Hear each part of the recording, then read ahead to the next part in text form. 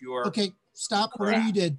I'm Whatever you did. For the stop record, doing it, Senator it's not Rogers. live. excuse me, I'm preparing to setting your meeting. I went to that browser and got the screen, the YouTube button. It says done, reconnecting to YouTube. But how do I go back to the screen where I can? VTEL, There. it is pure. Okay, stop whatever you did. I'm, You did For the stop record, doing it, Senator it's not Rogers. live. excuse me, I'm preparing to setting your meeting. I went to that browser and got the screen, the YouTube. Jude, do you button. have the YouTube window open? Yes, reconnecting to YouTube. Okay, Should I close it. You're getting your Okay, I feedbacking closed. the. Closed it, but I don't know how to get back to the Zoom. You don't need to get back to it. No, I don't know how to get back to the Zoom so I can see people. I can only see the Google sign-in page. Can I just X that out? Yes. All right. Okay, okay, now we're set. All set all around? Yeah. Great. McDonald looks like he's in the witness protection program. Well, thank you for that observation. He's keeping a low profile. So this is, we'll call the meeting to order. The Senate Natural Resources and Energy. It's Friday the 27th. We're having a meeting to take a look at planning really for the coming week. So as you may have heard from the Pro Tem, he would like us all to keep our eyes first and foremost on the COVID pandemic and how it affects anything related to our areas of jurisdiction. I sent out an email to people with an outline of things for today. So if you haven't checked email in the last 24 hours, you may want to look at an email from me to you all. We're going to have 2 meetings next week in which we'll really take some testimony from people, looping back to people on water issues, solid waste issues, energy issues. And those meetings are scheduled for 10 to 12 on Tuesday and Thursday next week to try to stick with the regular schedule. What I wanted to do with folks today was just, one, make sure we all had a sense of what that plan was, what our priorities are beyond next week. So towards, maybe in Thursday's meeting, we'll see how it goes. We can be looking forward to doing non-COVID-19 related bills the week after. And so I wanted to encourage people to start thinking about, we actually have 6 bills all in motion at the moment. Either they're on the floor or in another committee. It's something we've been looking at. When we left on the 13th, there were 6 bills sort of in, as I just said, in motion. There were a lot of other bills on the wall,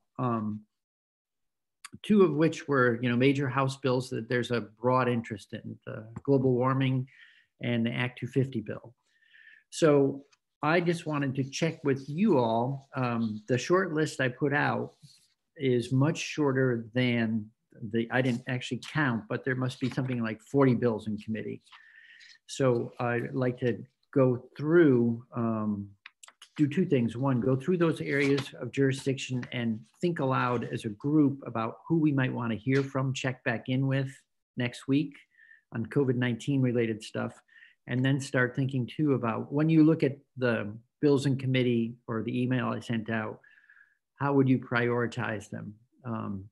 It's unclear right now how the session's going to unfold. In talking with the Pro Tem at some length the other day, he believes we're going to have time to get to many bills. An unhelpful dog here. Just a moment. I can't do much about this at my desk while.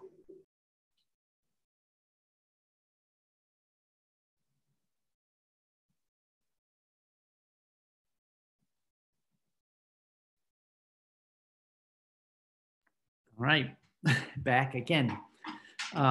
So we should be thinking, no one knows exactly how many bills we'll get to in the long run. I guess that's the answer. But we will get to things more than just what we had teed up as of crossover. So with that said, I'm going to, doubling back to clean water. Last time we checked in, Michael put together that helpful memo summarizing what's going on out there. I thought it would be helpful for us to check back in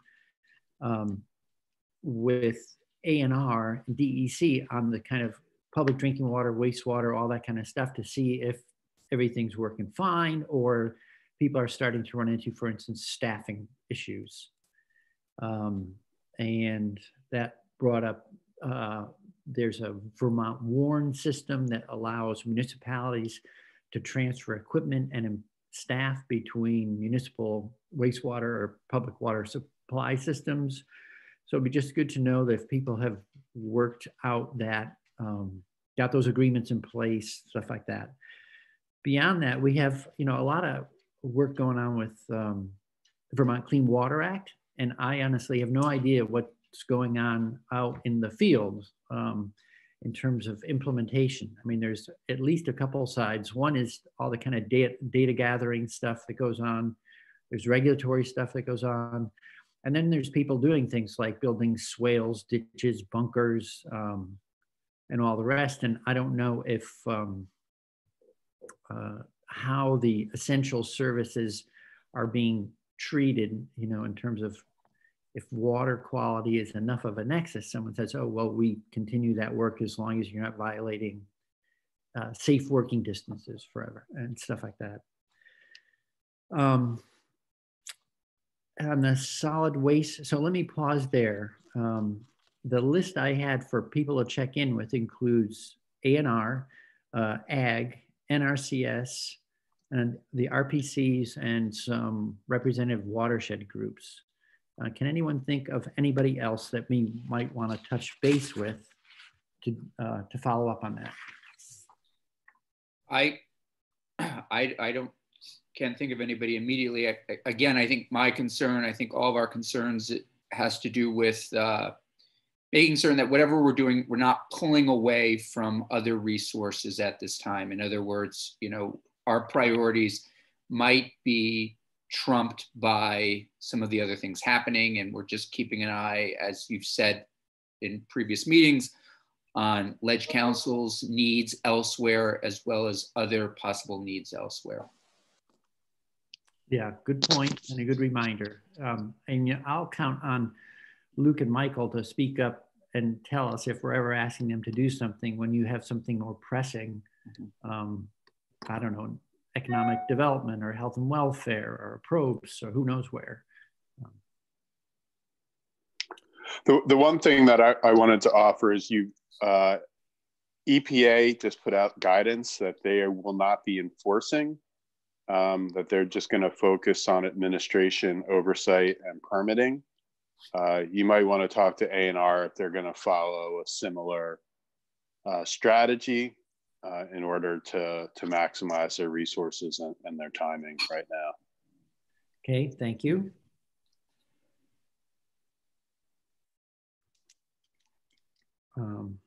Anyone else?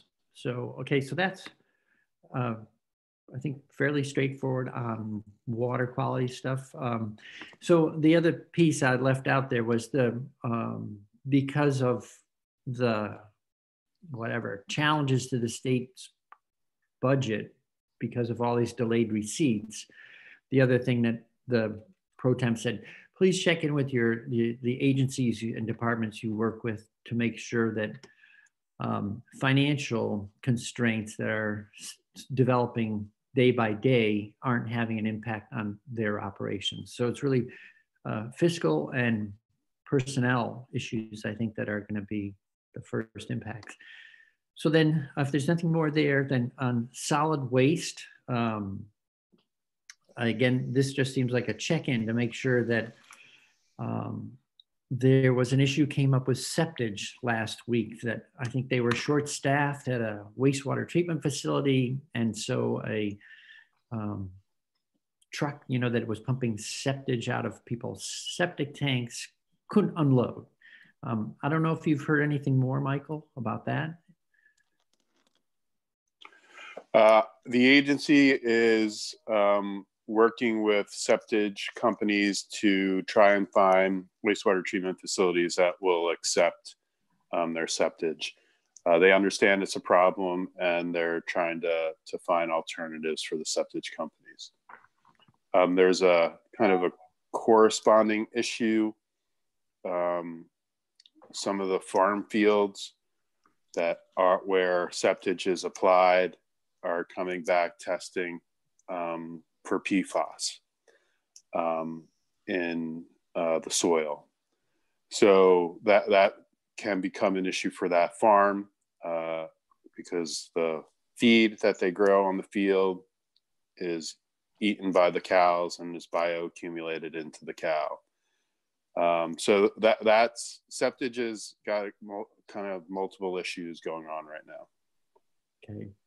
On the PFAS bioaccumulating in cows, which doesn't sound like a good thing for the cows, does that have an impact on ability to ship milk produced by those cows? Yes. The co-op reserves the right to not ship the milk because it's what they would call contaminated. Okay. So have you been working with the Ag Agency and Ag Agency and also Senate Ag? Are they aware of this going on? They're both, the agency is working on it. Senator Starr at least is aware of it. So they're trying to figure out ways to address the issue. Okay. I'm trying to think what the alternatives are. I mean, you could spread in non-farm fields. Right. And, or you do not grow feed on that field. Okay. All right. And then in the next bucket here, energy issues. So I thought we could double back and make sure that there are no problems with the folks that we checked in with before.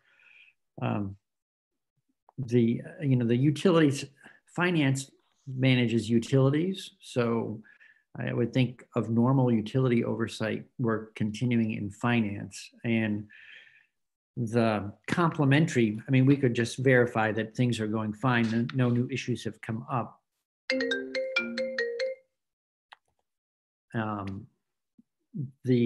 But one thing I was thinking is other energy stuff around it. So for instance, how is this impacting Efficiency Vermont and weatherization work or efficiency work? Or we're already having some challenges, meeting our goals.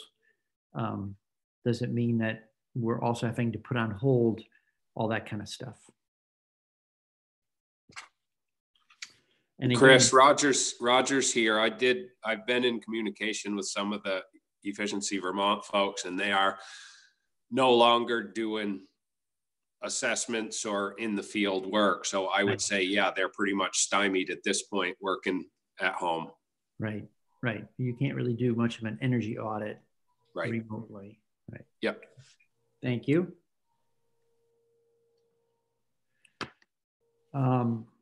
And as a quick look towards Bill, I don't know if people have other issues. You said, we've all been getting bombarded with Senator Bray, I have a quick question. What about potentially delaying the implementation of the plastic bag ban, just because we are hearing some concerns in some jurisdictions starting to do that right now, just with health and grocery stores, and even just seeing people in lines.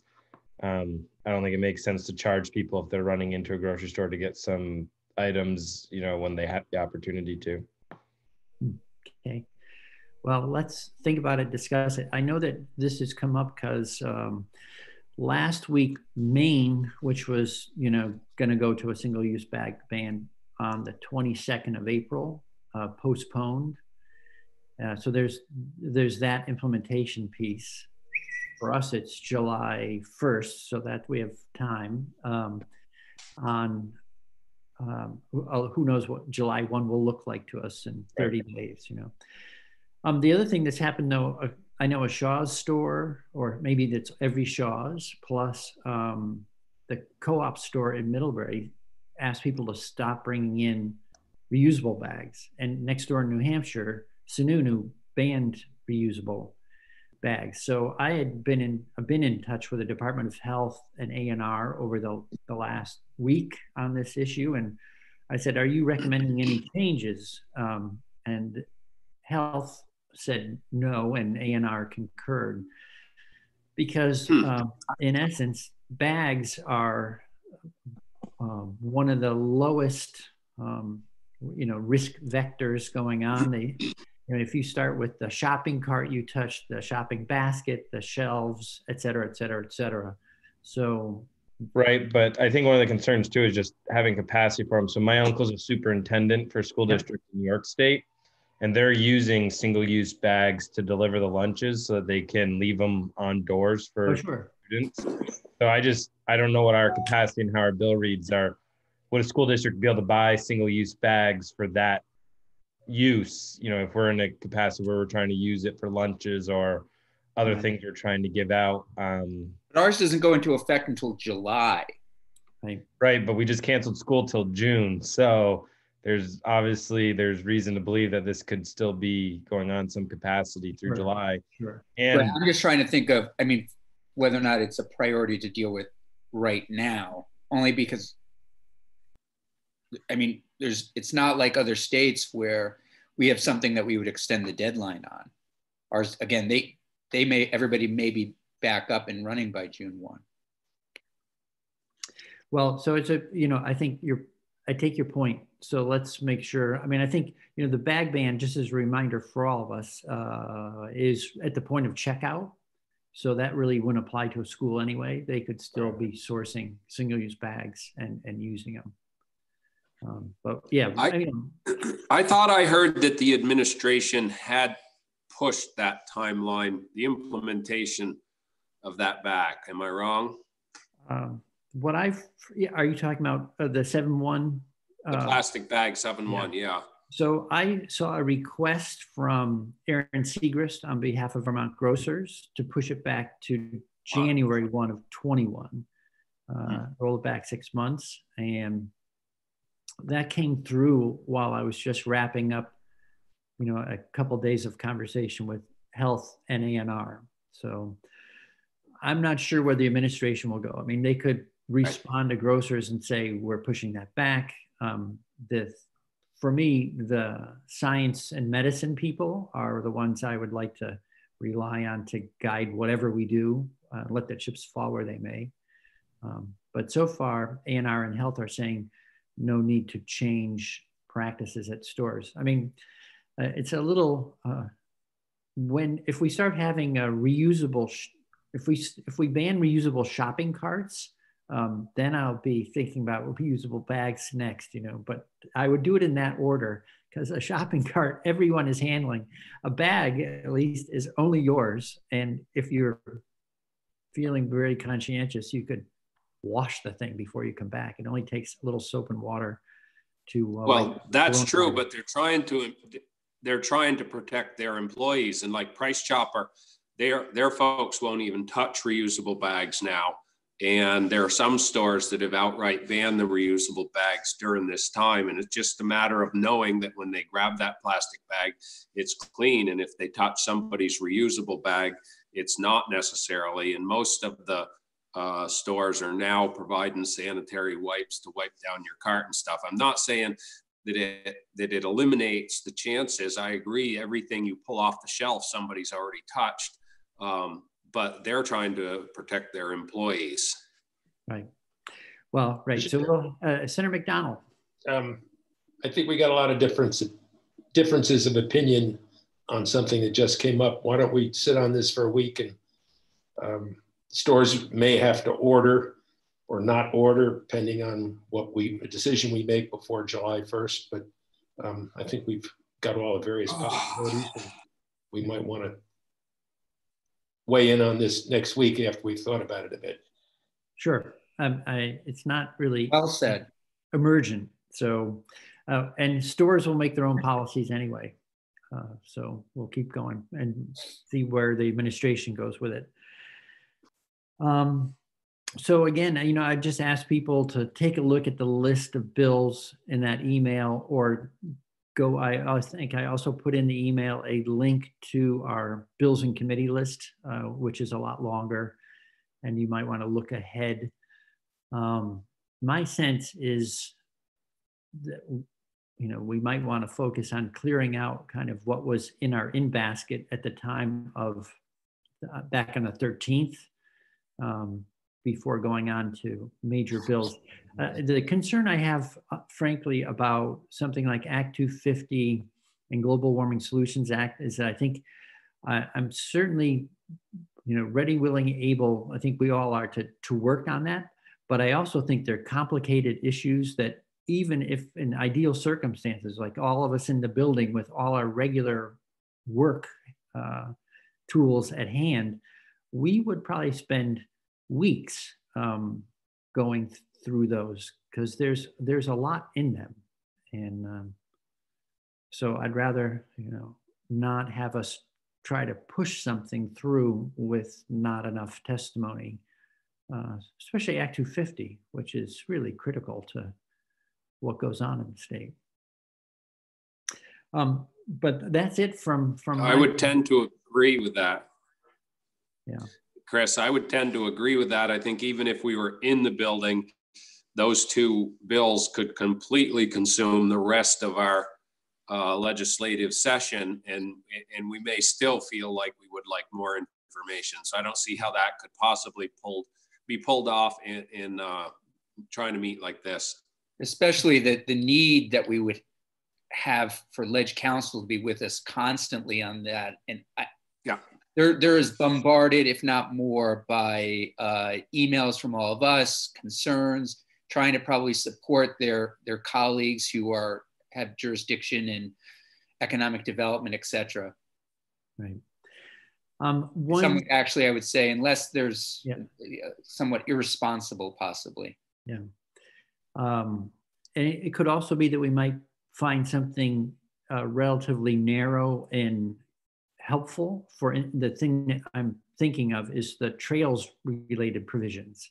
So if I'm thinking a little optimistically about the summer and fall, our outdoor recreation industry has been hit hard by what's happened in the last 3 weeks. And if it's going to be safe and healthy to be outdoors and recreating this summer and fall, maybe doing something narrow on trails to help ensure that everyone who's trying to do run that kind of business has an opportunity to keep going, as opposed to leaving that Act 250 as it relates to trails question hanging with uncertainty for another full year.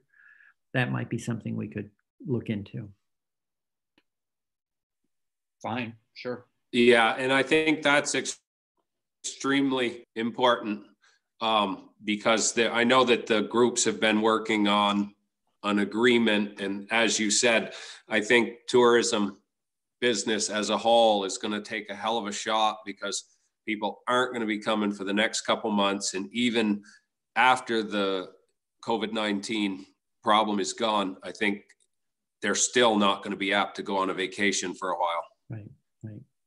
Okay. Senator Bray, I'm afraid I have to jump off. But I think we are actually, unless anyone has anything else you want to put on the table. So again, I'll work with Jude lining. If you have any witnesses you want us to hear from, please just email me, let me know.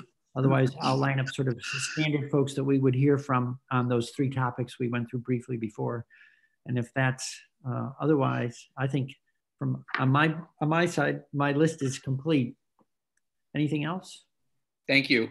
Great. Have a great weekend, everybody. Good weekend. Goodbye, see y'all. McDonald.